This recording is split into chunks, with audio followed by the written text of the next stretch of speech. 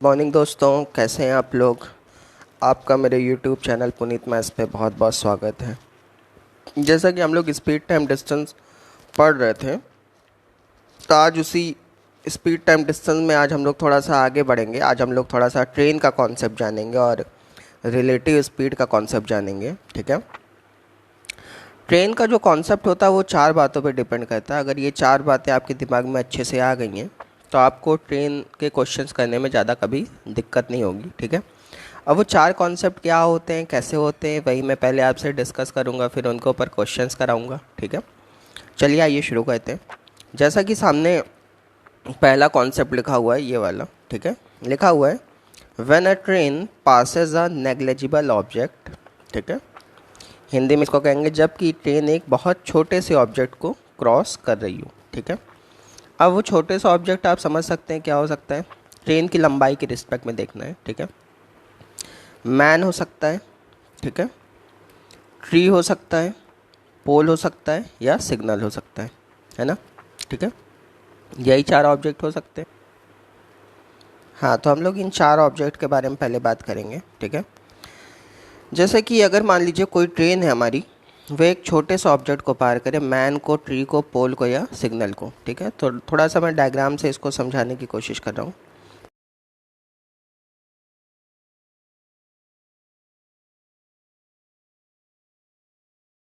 Engine है, ठीक, और ये पीछे वाला डिब्बा है। ठीक है। अब ट्रेन अगर इस आदमी को पार करेगी तो ट्रेन कैसे पार करेगी। पूरा ये इंजन चलते चलते चलते चलते ऐसे आगे निकल जाएगा। ठीक है। तो इंजन यहाँ पहुँच जाएगा और पीछे वाला डिब्बा यहाँ पहुँच जाएगा, तो ट्रेन क्रॉस कर जाएगी। तो बताइए ट्रेन कितना चली, इस आदमी को पार करने में ट्रेन कितना चली। ट्रेन अपनी लंबाई के बराबर चली। नहीं भाई, जो उसकी लंबाई थी, मान लीजिए ट्रेन की लंबाई L है, तो ट्रेन अपनी लंबाई के बराबर चली। ठीक है। तो जब भी कोई ट्रेन किसी एक नेग्लिजिबल ऑब्जेक्ट को पार करती है तो पहली बात तो आपको ये ध्यान रखना है कि ट्रेन की लंबाई ही उसके द्वारा चली गई क्या हो जाएगी, दूरी हो जाएगी। ठीक है। तो जो ट्रेन की लंबाई हम लेंगे वही उसके द्वारा चली गई दूरी लेंगे। और आपको पता है चाल बराबर होता है दूरी बटे समय। तो अभी अभी मैंने कहा कि नेग्लिजिबल ऑब्जेक्ट में जो ट्रेन की लंबाई होगी वही उसके द्वारा चली गई दूरी हो जाएगी। तो चाल बराबर दूरी बटे समय होता है। तो स्पीड इज इक्वल टू क्या हो जाएगा, L/T। जहाँ पे L क्या है, ट्रेन की लंबाई है, T क्या है, उस उस ऑब्जेक्ट को पार करने में लिया गया समय। जैसे आदमी को पार करने में लिया गया समय, पेड़ को पार करने में लिया गया समय। ठीक है। तो बस आपको एक छोटी सी बात ध्यान रखनी है कि जब भी नेग्लिजिबल टाइप का ऑब्जेक्ट होगा तो आप केवल ट्रेन की स्पीड निकालने के लिए जो ट्रेन की लंबाई होगी वही उसके द्वारा चली गई क्या हो जाएगी, दूरी हो जाएगी, और डिवाइडेड बाई क्या, टाइम। ठीक है। इसी तरीके से अगला कॉन्सेप्ट देखिए। अगले कॉन्सेप्ट में कह रहा है when a train passes a lengthy object. मतलब अगर ट्रेन किसी एक लंबे ऑब्जेक्ट को क्रॉस कर रही है। अब वो लंबा,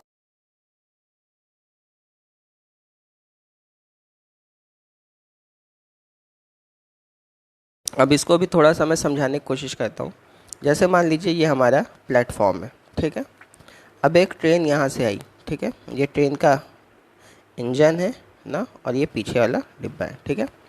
अब ट्रेन इस ऑब्जेक्ट को क्रॉस की। जब ट्रेन इस ऑब्जेक्ट को क्रॉस करेगी तो क्रॉस करते करते ऐसे कुछ होगा कि एक समय ऐसा आएगा कि ट्रेन का इंजन यहाँ होगा, पीछे वाला डिब्बा यहाँ होगा। ठीक है। तो आप बताइए ट्रेन इस ऑब्जेक्ट को क्रॉस करते समय कितना चल गई। एक तो प्लेटफॉर्म की लंबाई के बराबर चली, साथ ही साथ अपनी लंबाई के बराबर भी चली। ठीक है। इसका मतलब जब भी कोई ट्रेन किसी एक ऐसे ऑब्जेक्ट को क्रॉस करती जिसकी लंबाई थोड़ी सी होती है, मतलब ट्रेन के बराबर होती है, या ट्रेन से थोड़ी सी कम होती है, या ट्रेन से थोड़ी सी ज़्यादा होती है। ठीक है। तो उस कॉन्सेप्ट के रिस्पेक्ट में अगर ट्रेन की हमें स्पीड निकालनी है तो कैसे निकालेंगे, ट्रेन की लंबाई में जो भी उस ऑब्जेक्ट की लंबाई होगा उसको ऐड कर देंगे। ठीक है। डिवाइडेड बाई क्या, टाइम। ये टाइम कौन सा है, उस ऑब्जेक्ट को पार करने में लिया गया समय। ठीक है। तो स्पीड इज इक्वल टू क्या हो जाएगा, length of train divided by length of object divided by plus length of object divided by time. Clear है। ठीक है। चलिए, तो दूसरा कॉन्सेप्ट आपको ये ध्यान रखना है कि अगर कोई एक लेंदी ऑब्जेक्ट है तो उसके रिस्पेक्ट में ट्रेन की स्पीड क्या होगी, ट्रेन की लंबाई प्लस ऑब्जेक्ट की लंबाई डिवाइडेड बाई टाइम। मतलब ऑब्जेक्ट की लंबाई उसमें क्या हो जाएगी, ऐड हो जाएगी। ठीक है। चलिए अब अगला कॉन्सेप्ट देखते हैं। अगला कॉन्सेप्ट रिलेटिव स्पीड का कॉन्सेप्ट है। रिलेटिव स्पीड में हमेशा दो ऑब्जेक्ट की हम लोग बात करेंगे, या तो वो दोनों ऑब्जेक्ट एक दूसरे को सेम डायरेक्शन में चल के पार करेंगे, या तो दोनों ऑब्जेक्ट एक दूसरे को अपोजिट डायरेक्शन में चल के पार करेंगे। ठीक है, जैसा कि लिखा भी हुआ है, when two objects passes each other in same direction, जब दो ऑब्जेक्ट एक दूसरे को समान दिशा में चल के क्रॉस करते हैं। ठीक है,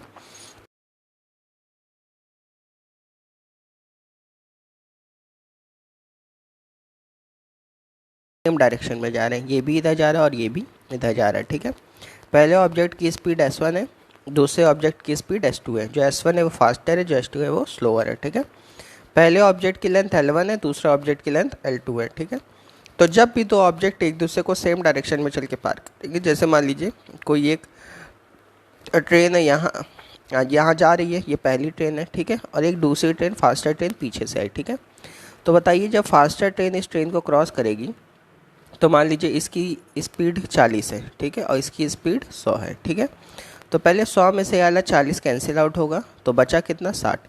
तो इसी 60 की स्पीड से ये वाली ट्रेन इस वाली ट्रेन को क्या करेगी, क्रॉस करके कभी ना कभी आगे निकल जाएगी। बात समझ में आ रही है? ठीक है, तो कुल मिला के मैं ये कहना चाह रहा हूँ कि जब भी दो ऑब्जेक्ट सेम डायरेक्शन में चलेंगे, ठीक है, तो दोनों की स्पीड क्या होगी, माइनस होगी। ठीक है, दोनों की स्पीड क्या हो जाएगी, माइनस। ठीक है, मतलब पहले ऑब्जेक्ट में से दूसरे ऑब्जेक्ट की जो स्पीड होगी वो क्या कर लेंगे, माइनस। ठीक है, कहने का मतलब ये है कि जो फास्टर ऑब्जेक्ट है उसमें से स्लोअर ऑब्जेक्ट की स्पीड क्या कर लेंगे, माइनस। ये डिफरेंस का साइन है। ठीक है, डिफरेंस का मतलब होता है बड़े में से छोटे को क्या करना है, माइनस करना है। क्लियर है? ठीक है, और S1 minus S2 is equal to क्या हो जाएगा, क्योंकि दोनों की अपनी कुछ ना कुछ लंबाई होगी। जब भी दोनों एक ऐसे ऑब्जेक्ट है जिनकी कुछ ना कुछ लंबाई हो, तो दोनों ऑब्जेक्ट की लंबाई हमेशा क्या होती है, ऐड हो जाती है। तो L1 प्लस L2 अपॉन क्या हो जाएगा, T क्या है, फास्टर ऑब्जेक्ट द्वारा स्लोअर ऑब्जेक्ट को पार करने में लिया गया समय। ठीक है, इसी तरीके से अगला कॉन्सेप्ट देखिए, when two object pass each other in opposite direction. ठीक है, जब दो ऑब्जेक्ट एक दूसरे को अपोजिट डायरेक्शन में चल के क्रॉस करते हैं, जैसे मान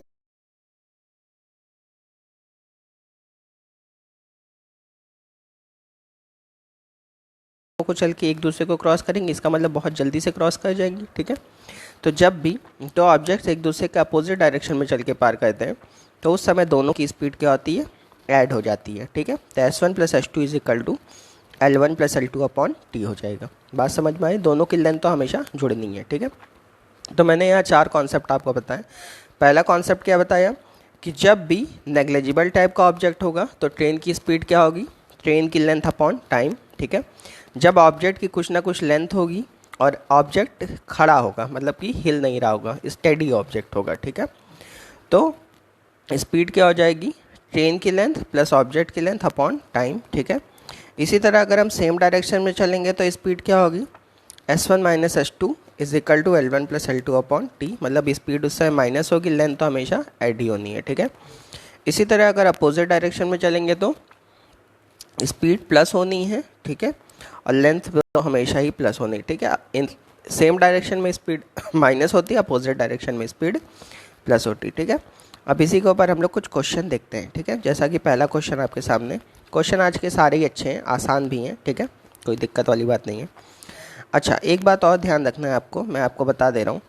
क्या ध्यान रखना है कि जैसे मान लीजिए यहाँ पे दो ट्रेनों की लंबाइयाँ मीटर में आ गई, किस में आ गई, मीटर में। ठीक है, और ये टाइम किस में आ गया, सेकंड में। ठीक है, और इधर स्पीड मान लीजिए किलोमीटर पर आवर में। ठीक है, तो इस किलोमीटर पर आवर को भी आप क्या करेंगे, पहले मीटर पर सेकंड में चेंज कर लेंगे, किससे, 5/18 से गुणा करके। बात समझ में आ रही है? ठीक है, क्योंकि अगर नहीं चेंज करेंगे तो यूनिट कन्वर्जन ना करने की वजह से आपका आता क्वेश्चन क्या हो जाएगा, गलत हो जाएगा।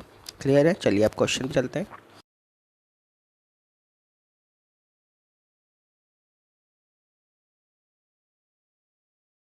7 second, find the speed of train in kilometre per our. ठीक है, 120 मीटर लंबी ट्रेन किसी खंभे को 27 सेकंड में पार करती है। ठीक है, तो ट्रेन की चाल किलोमीटर प्रति घंटे में क्या होगी। ठीक है, अब सबसे पहले आप ये देखा करिए, जब भी ट्रेन से रिलेटेड क्वेश्चन करा करिए, सबसे पहले ये देखा करिए कि ट्रेन किसको क्रॉस कर रही है, खंभे को।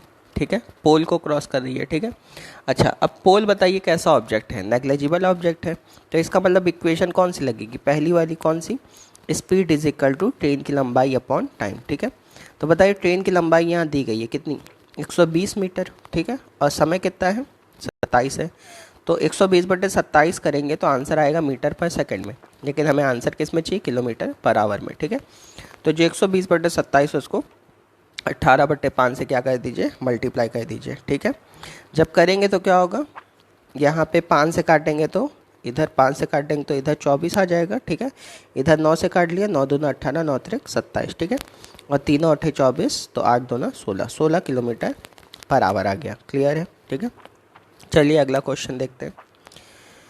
जैसा कि अगला क्वेश्चन आपके सामने लिखा हुआ है, ठीक है, a 150 metre long train crosses a platform in 45 second and crosses a pole in 9 second, find the length of platform। ठीक है, एक 150 मीटर लंबी ट्रेन किसी प्लेटफॉर्म को 45 सेकेंड में और किसी खंभे को 9 सेकेंड में पार करती है, तो प्लेटफॉर्म की लंबाई क्या होगी, ये है क्वेश्चन। ठीक है, चलिए आइए देखते हैं। सबसे पहले तो आप ये बात ध्यान रखिए कि देखिए ट्रेन हमारी कितनी, एक ही ट्रेन है,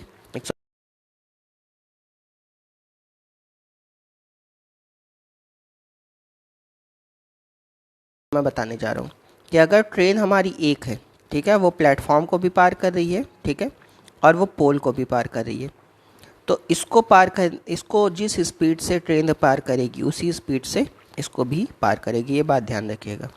अगर ट्रेन हमारी एक है तो जिस स्पीड से ट्रेन प्लेटफॉर्म को पार करेगी उसी स्पीड से ट्रेन पोल को भी पार करेगी, क्योंकि आपने देखा होगा कि जब ट्रेन चलती है तो उसके रास्ते में बहुत सारे ऑब्जेक्ट आते हैं, तो सबको सेम स्पीड से क्रॉस करती है ना, तो बस वही कॉन्सेप्ट आपको यहाँ पे लेके चलना है। ठीक है, अब देखिए यहाँ क्या हो जाएगा, अब यहाँ पे वही चीज़ मैंने बोली थी, क्या, speed with respect to platform is equal to speed with respect to pole. ठीक है, मतलब प्लेटफॉर्म की रिस्पेक्ट में ट्रेन की चाल बराबर पोल की रिस्पेक्ट में ट्रेन की चाल। अच्छा, प्लेटफॉर्म की रिस्पेक्ट में होती क्या है, ट्रेन की लंबाई प्लस प्लेटफॉर्म की लंबाई डिवाइडेड बाई टाइम।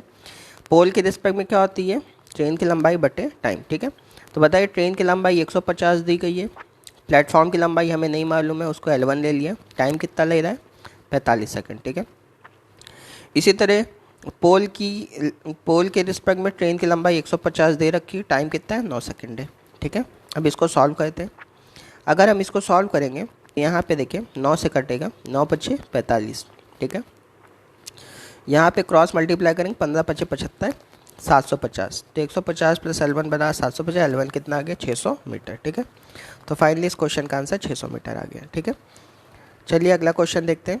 आज के क्वेश्चन सारे ही ईजी रहेंगे, कोई इतनी बड़ी बात नहीं है। ठीक है, अगला क्वेश्चन देखिए, a 120 metre long train crosses a river bridge in 30 second and crosses railway signal in 18 second, find the length of bridge. अब देखिए इसमें वही वाला कॉन्सेप्ट आ गया, अब यही वाली ट्रेन एक बार ब्रिज को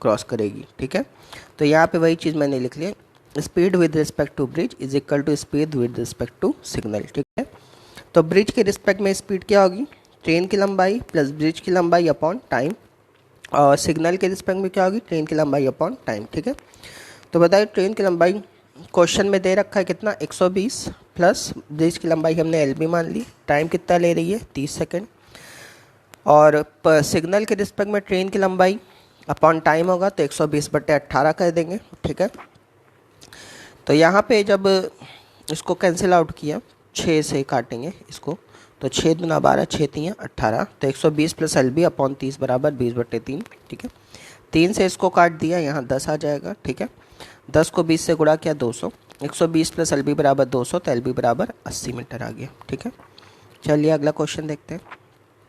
क्वेश्चन सारे ही ईजी हैं, बस जो मैं बता रहा हूँ उसको ध्यान रखना है। ठीक है, लिखा हुआ है train crosses a 100 metre long platform in 45 second and crosses a pole in 27 second, find the length of train. ठीक है, एक ट्रेन किसी 100 मीटर लंबे प्लेटफॉर्म को 45 सेकेंड में और खंबे को 27 सेकेंड पार करती है, तो ट्रेन की लंबाई क्या होगी। इसमें वही चीज़ है कि अब जो ट्रेन है हमारी जिस स्पीड से प्लेटफॉर्म को क्रॉस करेगी उसी स्पीड से पोल को भी क्रॉस करेगी, ठीक है। तो speed with respect to platform is equal to speed with respect to pole, ठीक है। तो प्लेटफॉर्म के रिस्पेक्ट में अगर देखा जाए तो क्या होगा, ट्रेन की लंबाई प्लस प्लेटफॉर्म की लंबाई डिवाइडेड बाई टाइम। पोल के रिस्पेक्ट में देखा जाए तो ट्रेन की लंबाई अपॉन टाइम, ठीक है। तो ट्रेन की लंबाई हमने L मान ली, ठीक है, और ट्रेन की और प्लेटफॉर्म की लंबाई 100 मीटर दी अच्छा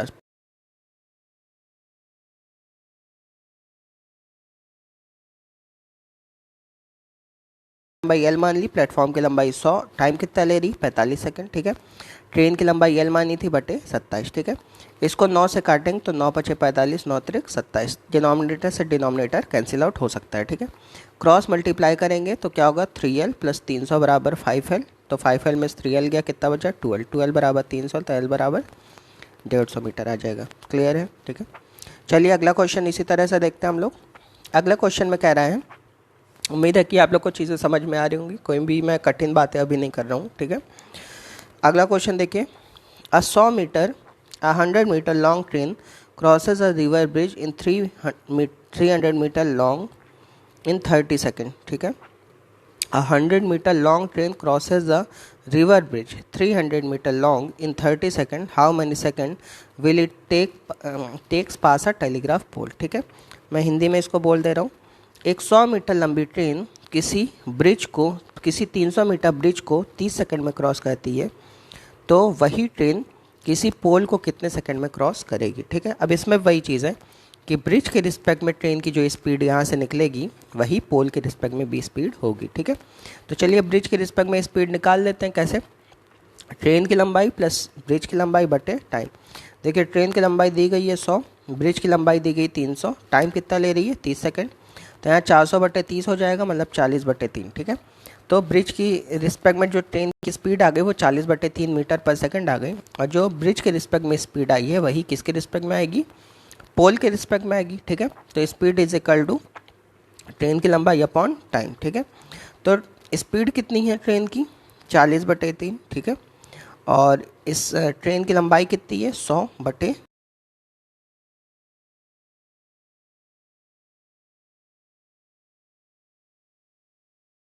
7 सेकंड होता है। क्लियर है, ठीक है।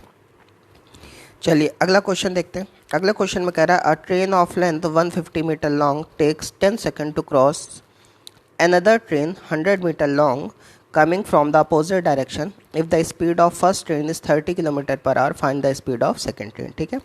अब देखिए ये वही रिलेटिव स्पीड वाला क्वेश्चन है। रिलेटिव स्पीड वाले क्वेश्चन में हमेशा ये ध्यान रखना है आपको कि यहाँ पे पहली बात तो दो ट्रेनों की बात होंगी, और फिर ये देखना है कि दोनों किस डायरेक्शन में चल के एक दूसरे को पार कर रही है। तो दोनों किस डायरेक्शन में चल के पार कर रही हैं, अपोजिट। अच्छा अपोजिट डायरेक्शन बताइए, स्पीड प्लस होती है कि माइनस होती है, प्लस होती है। तो फॉर्मूला क्या लगेगा, S1 plus S2 is equal to क्या हो जाएगा, L1 plus L2 upon T हो जाएगा, ठीक है। अब देखिए पहली वाली ट्रेन की स्पीड हमें दी रखी है कितनी 30, दूसरी वाली ट्रेन की स्पीड हमें निकालनी है S2, तो 30 प्लस S2 हो गया, ठीक है। अच्छा ये जो 30 प्लस S2 होगा इसको पूरा एक ब्रैकेट में बंद कर लीजिए, क्योंकि ये पूरा किस में किलोमीटर पर आवर, ये तो किलोमीटर पर आवर में था, इसको भी मैंने किलोमीटर पर आवर में मान लिया, ठीक है। तो 30 प्लस S2 हमारा किलोमीटर पर आवर में है, ठीक है। अगर मैं इसको मीटर पर सेकंड बदलूँ तो पूरे ब्रैकेट में बंद करके इसको किससे मल्टीप्लाई कर दूंगा, 5/18 से मल्टीप्लाई कर दूंगा, तो ये पूरी चीज़ किस में कन्वर्ट हो जाएगी, मीटर पर सेकंड में, ठीक है। इज इक्वल टू क्या हो जाएगा, तो S1 प्लस S2 की तो बात समझ में आ गई, ठीक है। इज इक्वल टू पहली ट्रेन की लंबाई कितनी है 150 है, दूसरी ट्रेन की लंबाई कितनी है 100 है, ठीक है। 150 प्लस 100 बटे कितने सेकंड पार कर रही है, 10 सेकंड में पार कर रही है ना, बटे 10, ठीक है। तो ये 250 बटे 10 मतलब 25 आ गया, ठीक है। तो यहाँ 30 प्लस S2 बराबर 25 इंटू 5/18 पलटो तो 18/5 हो जाएगा।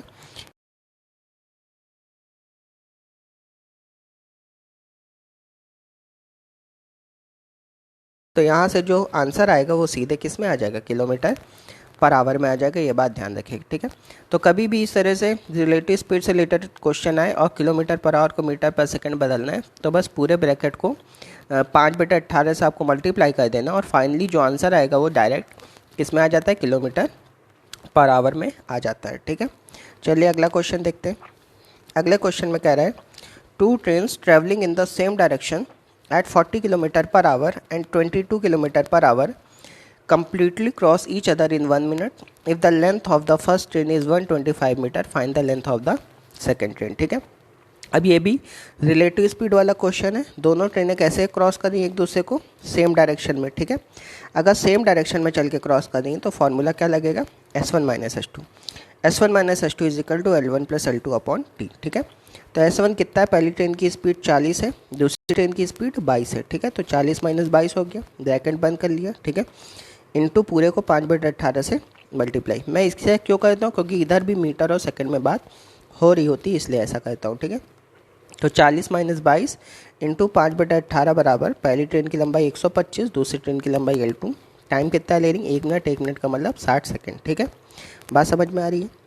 तो 40 में से 22 गया 18, 18 इंटू 5/18 बराबर 125 प्लस L2 अपॉन 60। तो 18 से 18 कैंसिल आउट हो गया। ठीक है, 6 पंचे 30, 300 बराबर 125 प्लस L2, तो L2 बराबर कितना आ गया, 175 मीटर। ठीक है, तो इस क्वेश्चन का आंसर कितना आ गया, 175 मीटर आ गया। ठीक है, इसी तरह से अगला क्वेश्चन देखते हैं। अगले क्वेश्चन में कह रहा है two trains are coming in the same direction at 50 kilometre per hour and 30 kilometre per hour. The faster train crosses a man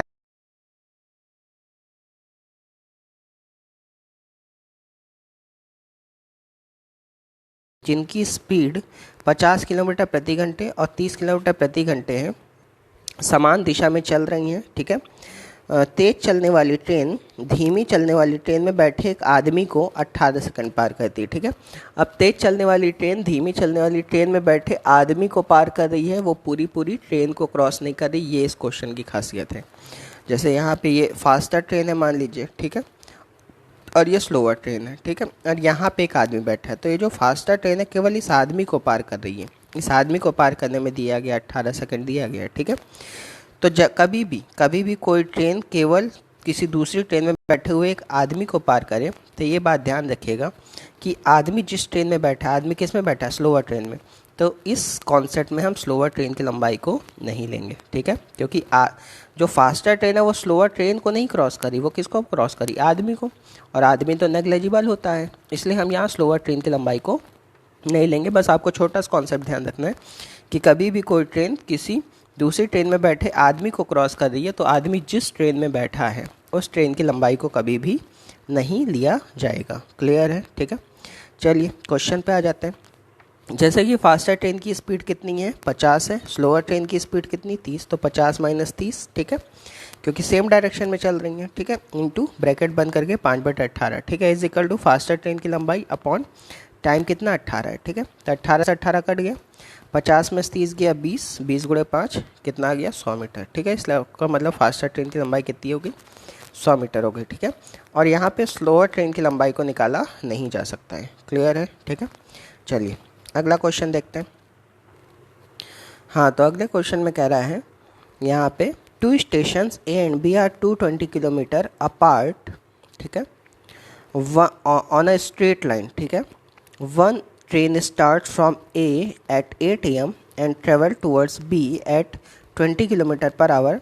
Another train start from B at 10 AM and travel towards A at 25 kilometre per our. At what time will they meet? ठीक है, question में कह रहा है दो station ए और B 220 kilometre की दूरी पर है। ठीक है, एक ट्रेन स्टेशन ए से सुबह 8 बजे स्टेशन बी की ओर 20 किलोमीटर प्रति घंटे की चाल से चलती है, जबकि दूसरी ट्रेन स्टेशन बी से सुबह 10 बजे स्टेशन ए की ओर 25 किलोमीटर प्रति घंटे की चाल से चलती है। वे किस टाइम पर एक दूसरे से मिलेंगी, ये क्वेश्चन में कहा जा रहा है। ठीक है, अब देखिए ये क्वेश्चन आजकल बहुत पूछा जाता है, तो इस क्वेश्चन को थोड़ा सीख लीजिएगा। इसके लिए पहले डायग्राम से मैं सिखा दे रहा हूँ। ठीक है, जैसे मान लीजिए ये एक स्टेशन ए है और ये स्टेशन बी है, दोनों के बीच की दूरी कितनी है, 220 किलोमीटर है। ठीक है, जो पहली वाली ट्रेन है वो ए से 8 बजे चल रही है, किसी स्पीड से, 20 की स्पीड से। जो दूसरी वाली ट्रेन है वो बी से चल रही है, कितने बजे, 10 बजे, किस स्पीड से, 25 की स्पीड से। क्लियर है। ठीक है, अच्छा अब क्वेश्चन में कह रहा है वो दोनों एक दूसरे से कब मिलेंगी। अब देखिए यहाँ पे क्वेश्चन में कह रहा है कि दोनों लोग को मिलाना है, मतलब दोनों ट्रेनों को हमें क्या करना है, मिलाना है। तो मैंने आपको 2 दिन पहले की क्लास में बताया था कि जब भी दो लोग एक दूसरे से मिलेंगे तो दोनों लोगों के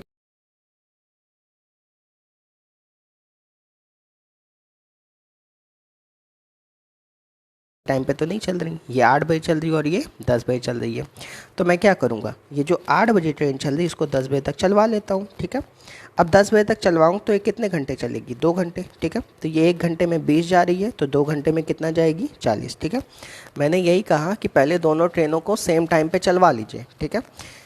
कहने का मतलब ये है कि अगर ये 8 बजे चल रही है और ये 10 बजे चल रही है तो इसको भी 8 बजे वाली ट्रेन को भी 10 बजे तक चलवा लेते हैं, ठीक है। अगर 8 बजे वाली ट्रेन को भी 10 बजे तक चलवा लेते हैं इसका मतलब 2 घंटे चलवाना है, ठीक है।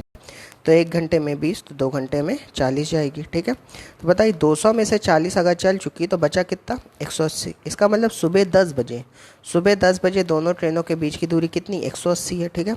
इसका मतलब मैं गारंटी ले सकता हूँ कि इसी अब 10 बजे यहाँ से ये भी चलना चालू करेगी, 10 बजे यहाँ से ये भी चलना चालू करेगी। इसका मतलब इसी 180 किलोमीटर में कहीं ना कहीं एक दूसरे से दोनों मिलेंगी, ठीक है। इसका मतलब अब दोनों को कितना चलना है, कुल मिला के 180 किलोमीटर चलना है, ठीक है। और दोनों ट्रेनें आ कैसे रही हैं, अपोजिट डायरेक्शन। तो स्पीड आपको पता है कि जब भी ट्रेनें अपोजिट डायरेक्शन में आती हैं तो फॉर्मूला क्या लगता है, S1 + S2 बराबर L1 + L2 अपॉन T लगता है, नहीं लगता है, ठीक है। क्लियर है। तो बताइए यहाँ पे S1 कितना है, 20 है, S2 कितना है, 25 है।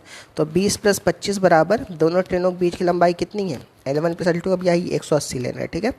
तो यहाँ पे 180/T। अब कुछ लोग कह रहे हैं 5/18 से क्यों नहीं गुणा किया, इसलिए नहीं कह रहा है क्योंकि ये भी किलोमीटर में था और ये भी किलोमीटर पर आवर में था। क्लियर है, ठीक है। तो यहाँ 20 + 25 कितना हो गया, 45। तो T बराबर 180/45 मतलब 4 घंटे आ जाएगा। इसका मतलब दोनों ट्रेनें एक दूसरे से 4 घंटे बाद मिलेंगी, लेकिन कब से 4 घंटे बाद, 10 बजे से। तो 10 बजे से 4 घंटे बाद कितना बच जाएगा, दोपहर के 2 बजे दोनों ट्रेनें एक दूसरे से मिलेंगी, ठीक है।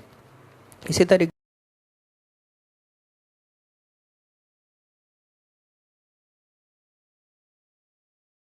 30 second find the length of train, ठीक है।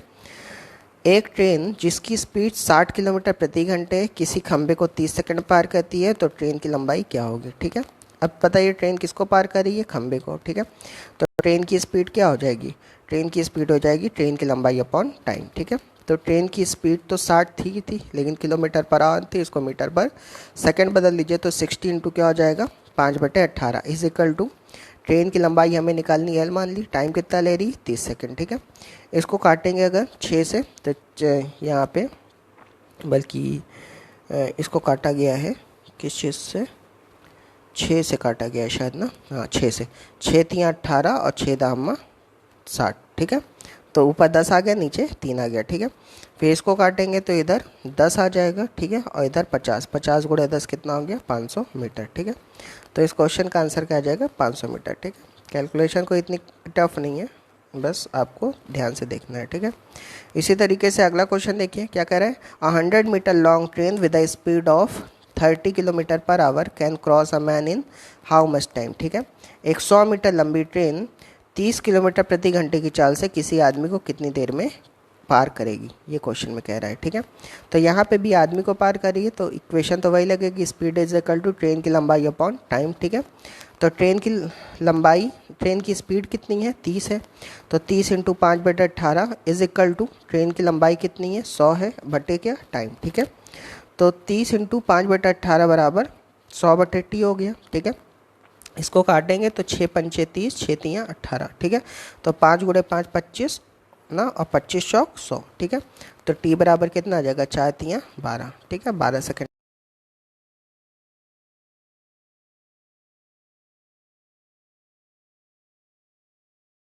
में कह रहा है एक train A train running at a speed of 72 km per hour crosses a 260 meter long platform in 23 second, find the length of train, ठीक है।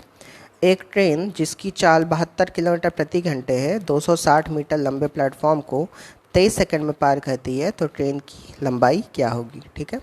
आइए देखते हैं इस क्वेश्चन को। अगर इस क्वेश्चन में देखा जाए तो ट्रेन किसको पार करेगी, प्लेटफॉर्म को। तो ट्रेन की स्पीड क्या हो जाएगी, ट्रेन की लंबाई प्लस प्लेटफॉर्म की लंबाई डिवाइडेड बाई क्या, टाइम, ठीक है। ट्रेन की स्पीड कितनी है, 72, तो 72 × 5/18 बराबर ट्रेन की लंबाई हमने L मान ली, प्लेटफॉर्म की लंबाई 260 दी गई है, कितने सेकंड पार करी, 23 सेकंड में, ठीक है। तो इसको काटेंगे तो 18 चौक 72, तो 5 चौक 20, 20 बराबर L प्लस 260 बटे 23, 23 गुणे 20 करेंगे 460 आएगा, 460 बराबर L प्लस 260, तो L बराबर कितना आ गया 200 मीटर, ठीक है। तो इस क्वेश्चन का आंसर क्या आ जाएगा 200 मीटर, मतलब ट्रेन हमारी कितनी लंबी है, 200 मीटर लंबी है, ठीक है। चलिए लास्ट के 2 क्वेश्चन और देख लेते हैं। ये क्वेश्चन देखिए, कह रहा है a 275 metre long train crosses a platform of equal length in 33 second, find the speed of train, ठीक है। कह रहा है कि 275 मीटर लंबे प्लेटफॉर्म को 275 मीटर लंबे प्लेटफॉर्म को नहीं, ऐसे क्वेश्चन में कह रहा है, मैं आपको फिर से बता दे रहा हूँ। एक 275 मीटर लंबी ट्रेन अपनी समान लंबाई के प्लेटफॉर्म को 33 सेकंड में पार करती है। एक 275 मीटर लंबी ट्रेन समान लंबाई के प्लेटफॉर्म को 33 सेकंड में पार करती है, तो ट्रेन की स्पीड क्या होगी, ये कह रहा है क्वेश्चन में ना, ठीक है। तो आप बताइए कि जो ट्रेन है वो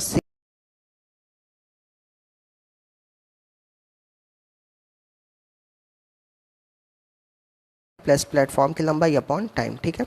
अब बताइए ट्रेन की लंबाई कितनी है, 275 है, प्लेटफॉर्म भी सेम लंबाई का है, तो 275 ही लेंगे, टाइम कितना ले रहा है 33 सेकंड, ठीक है। लेकिन यहाँ से आंसर आएगा मीटर पर सेकंड में, अगर इसको किलोमीटर पर आवर बदलना है तो 18/5 से क्या कर दिया, मल्टीप्लाई, ठीक है। तो 275 में 275 जोड़ेंगे तो कितना आएगा 550 आएगा, 550 इंटू 18/33 गुणे 5, ठीक है। 11 से काटेंगे, 11 पचे 55, 50, 11 तियाँ 33, 3 बरा इंटू 18/5, ठीक है। इसको करेंगे तो यहाँ कितना आ जाएगा 10, ठीक है। यहाँ पे 3 छंग 18, तो 10 गुणे 6 कितना हो गया 60 किलोमीटर पर आवर, ठीक है। तो इस क्वेश्चन का आंसर आ जाएगा 60 किलोमीटर पर आवर, ठीक है। अगला क्वेश्चन देखिए, कह रहा है a train running at A speed of 60 kilometre per our crosses a platform double of its length in 32.4 second, find the length of platform. एक ट्रेन जिसकी चाल 60 किलोमीटर प्रति घंटे है अपने से दुगनी लंबाई के प्लेटफॉर्म को 32.4 सेकंड में पार करती है, तो प्लेटफॉर्म की लंबाई क्या होगी, ये क्वेश्चन में कह रहा है, ठीक है। सबसे पहले हमने ट्रेन की लंबाई L मान ली, तो प्लेटफॉर्म दुगनी लंबाई का है, तो प्लेटफॉर्म की लंबाई 2L हो जाएगी। बात समझ में आ रही है, ठीक है। अब ट्रेन प्लेटफॉर्म को पार करी तो इसके इक्वेशन क्या लगेगी, speed is equal to train की लंबाई प्लस प्लेटफॉर्म की लंबाई अपॉन टाइम, ठीक है। ट्रेन की स्पीड कितनी है 60 है, 60 into 5/18 is equal to L plus 2L upon 32.4, ठीक है। इस 32 पर यहाँ पे अगर इस 32.4 को अगर उधर ले जाएंगे तो ये जो पॉइंट है इस 60 के ज़ीरो की वजह से हट जाएगा, ठीक है। तो ज़ीरो हटेगा इधर से पॉइंट हट जाएगा, ठीक है। क्योंकि ये डेसिमल के बाद एक नंबर है तो ये 0 केवल एक हट जाएगा, ठीक है। तो यहाँ क्या हो जाएगा 6 इंटू 5 इंटू 324 बटे 18 बराबर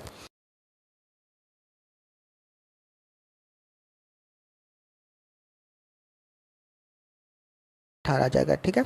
तो 3L बराबर 30 गुणा 18, तो L बराबर 10 गुणा 18, L बराबर 180 मीटर आ गया, ठीक है। अगर L की वैल्यू 180 मीटर आ गई तो हमसे तो प्लेटफॉर्म की लंबाई पूछा गया, तो प्लेटफॉर्म की लंबाई कितनी है 2L है, ठीक है। तो प्लेटफॉर्म की लंबाई क्या हो जाएगी 2 इंटू 180 मतलब 360 मीटर, ठीक है। तो इस तरह से आपने देखा कि ट्रेन के ऊपर ये क्वेश्चन है। क्वेश्चन अभी और भी हैं, नेक्स्ट क्लास में उनको कराया जाएगा, वो सारे क्वेश्चन थोड़े अच्छे रहेंगे, इससे ज़्यादा बेहतर रहेंगे, ठीक है। अभी तो एक ट्रेन का बेसिक कॉन्सेप्ट मैंने दिया है, ठीक है। उसके अलावा वीडियोस आप लोग देखते रहिए, चैनल को सब्सक्राइब करिए, लाइक करिए, शेयर करिए, ठीक है। जो भी दिक्कतें आ रही हैं आप उसको मुझसे पूछ सकते हैं, ठीक है। उसके अलावा टेलीग्राम ग्रुप को भी ज्वाइन करिए, ठीक है। तो आज के लिए इतना ही, फिर कल फिर मिलते हैं, ठीक है। ओके, तब के लिए थैंक यू सो मच।